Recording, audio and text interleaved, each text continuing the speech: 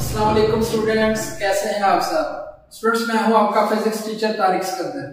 Students, हमने chapter number 8 जो है स्टार्ट किया था और लास्ट टाइम जो है वो हमने एक लॉन्ग क्वेश्चन किया था, stationary wave in stratospheric, very important long question. लेकिन उसके बाद एक और इंपॉर्टेंट लॉन्ग क्वेश्चन हम करने जा रहे हैं, stationary wave in air column.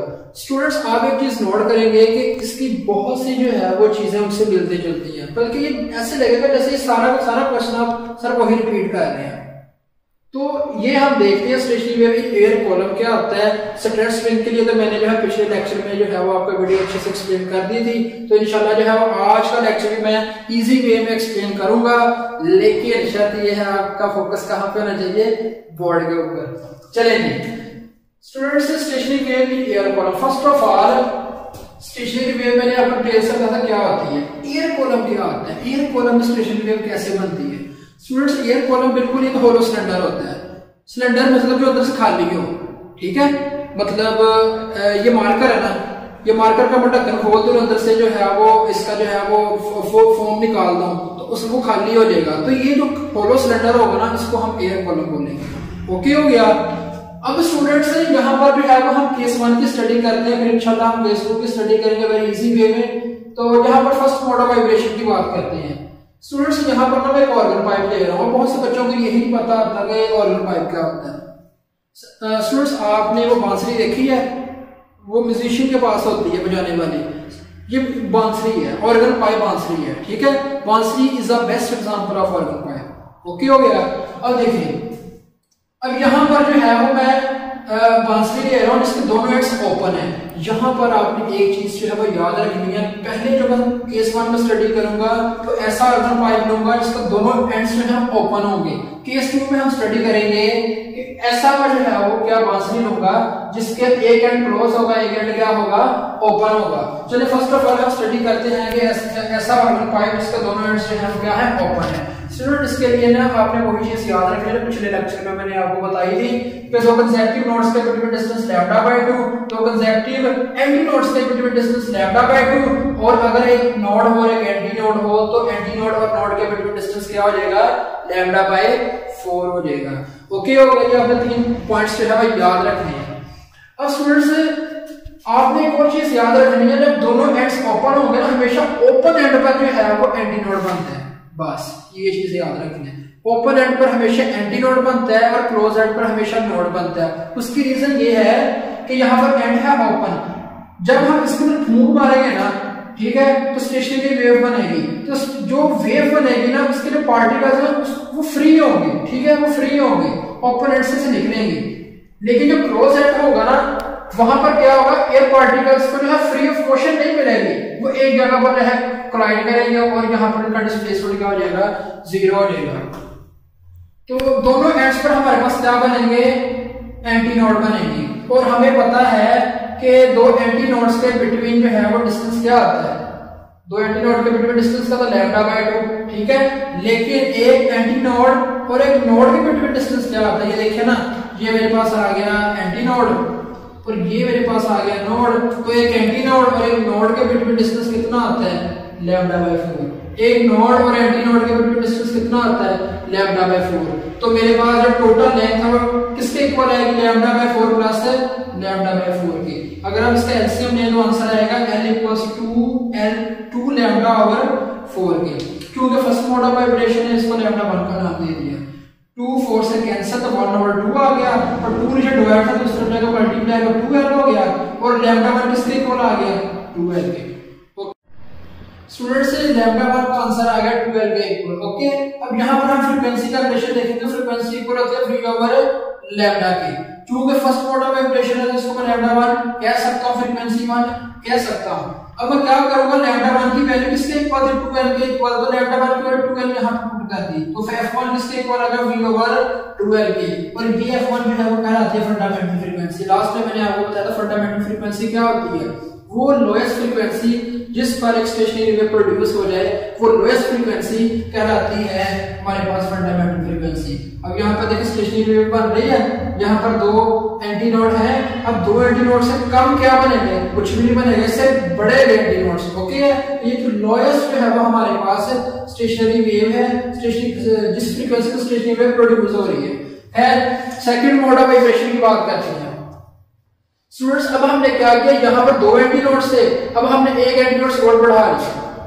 Okay हो गया, ये सेकंड मोड ऑफ वाइब्रेशन कहलाता है। अब देखें ये मेरे पास एंटी नोड ओपन एंड, ये मेरे पास क्लोज नोड, ये भी नोड और ये ओपन एंड कौन सा है, एंटी नोड है। ठीक है, एक एंटी नोड और एक नोड के बिटवीन डिस्टेंस कितना आता है लैम्डा बाय 4 का।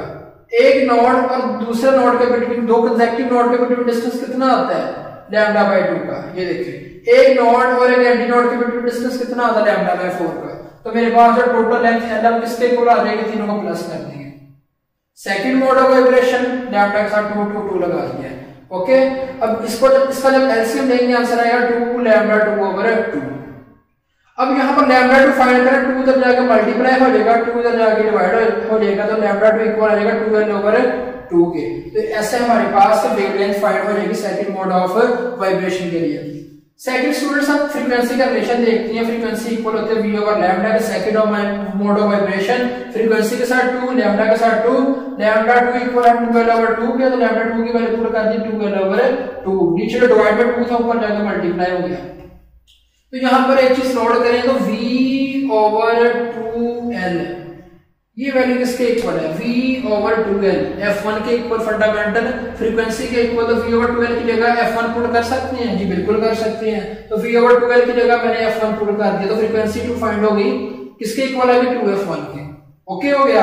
अब देखें स्टूडेंट्स आप एक चीज नोट करें, मेरे पास यहाँ पर है 2f1। अगर आप थर्ड मोड ऑफ वाइब्रेशन करेंगे, ठीक है, तो आप क्या करेंगे, एक एंटी नोड और बढ़ा लेंगे। तो वहां पर आप जब इसका सॉल्व करेंगे, आंसर निकालेंगे, तो आप एक चीज नोट करेंगे, यहाँ पर आ जाएगा 3, पहले आया था 2, फिर आ जाएगा 3 4 आएगा। ओके, फिर 4 आएगा, तो 4 के बाद क्या आएगा, 6 आएगा। अब यहाँ पर स्टूडेंट्स नेक्स्ट केस है हमारे पास, केस नंबर 2।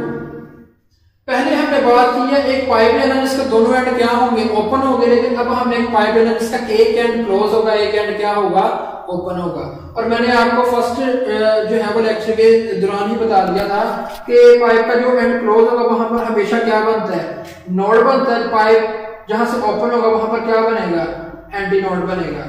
और एक नोड और एक एंटी नोड के बिटवीन डिस्टेंस कितना आता है, लैम्डा बाय 4 का होता है। अब लेंथ किसके इक्वल आ गया, लैम्डा बाय 4 के। चूंकि फर्स्ट मोड ऑफ वाइब्रेशन है तो लैम्डा के साथ आ गया 1, यहाँ 4 डिवाइड में दूसरा जो है मल्टीप्लाई, लैम्डा 1 इक्वल आ गया 4l के।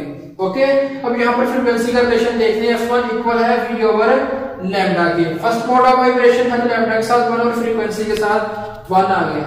लैम्डा 1 किसके इक्वल है, 4l के। तो लैम्डा 1 की वैल्यू पुट करते हैं 4l, लेकिन हमारे पास f1 जो है यहाँ पर फाइंड हो गया। तो ये f1 इसकी फंडामेंटल फ्रीक्वेंसी कहलाएगी, जो पाइप एक एंड से ओपन होगा और एक एंड से क्या होगा, क्लोज होगा। स्टूडेंट्स सेम इसी तरह सेकंड मोड ऑफ वाइब्रेशन की बात करते हैं। देखें हमारे पास एक एंटी नोड एक नोड था, अब हमने इसको ना एक टाइम और बढ़ाना है कि इसके जो है 2 नोड्स बन जाए और एक एंटी नोड बन जाए, मींस कि इसको एक टाइम और बढ़ा लेना है। अब देखें यहाँ पर ये मेरे पास नोड, ये मेरे पास नोड और ये मेरे पास क्या है, एंटी नोड है। तो दो कंसेक्टिव नोड्स के बिटवीन डिस्टेंस कितना आता है, लैम्डा बाय 2 का। और एक नोड और एक एंटी नोड के बिटवीन डिस्टेंस कितना आता है, लैम्डा बाय 4 का। टोटल लेंथ किसके इक्वल है, दोनों को प्लस कर दें, तो lambda by 4 plus lambda by 2। जब एलसीएम लेंगे आंसर आ जाएगा 3 lambda by 4। Second mode of vibration lambda के साथ लग जाएगा 2। अब यहाँ पर लैम्डा 2 फाइंड करना है, 4 डिवाइड में दूसरे में जाके मल्टीप्लाई, 3 दूसरे में जाके डिवाइड, तो लैम्डा 2 इक्वल आ जाएगा 4l ओवर 3 के।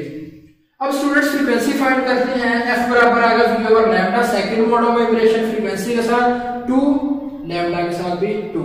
लैम्डा 2 किसके इक्वल है, 4l ओवर 3। तो लैम्डा 2 की वैल्यू उठा के यहां पर लगा दी, लैम्डा 2 की जगह 4l ओवर 3, 3 डिवाइड में तो ऊपर जाकर मल्टीप्लाई हो गया। एक चीज पर फोकस करें, v ओवर 4l,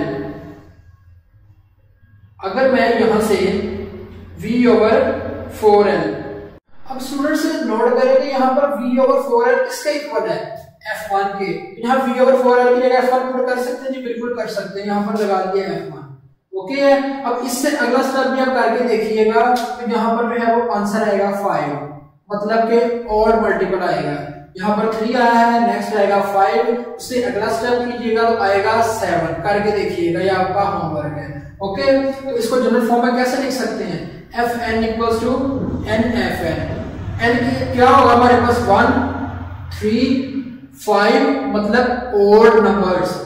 अब यहाँ पर अगर n की जगह 1 पुट करूंगा, n की जगह 1 पुट करूंगा, f1 की जगह n की जगह f1 पुट करूंगा, तो क्या होगा f1 इक्वल्स टू f1, तो हमारे पास f1 आ जाएगा। ओके, उसके बाद अगर मैं यहाँ n की जगह 3 पुट करूंगा, जहां n की जगह 3 पुट करूंगा, जहां n की जगह 3 पुट करूंगा, तो मेरे पास आ गया 3f1। ओके है, तो इस तरह जो है वो हमारे पास जो है वो ये लॉन्ग प्रेसिंग जो है वो सॉल्व हो चुका है। ये जो है वो बाकी जो स्टेप्स हैं आप जरूर करके देखिएगा। अगर इस क्वेश्चन में जो है वो कोई भी प्रॉब्लम हो तो आप मेरे YouTube चैनल पे कमेंट बॉक्स में जो है वो कमेंट करके मुझसे पूछ सकते हैं। तब तक के लिए अल्लाह हाफिज़।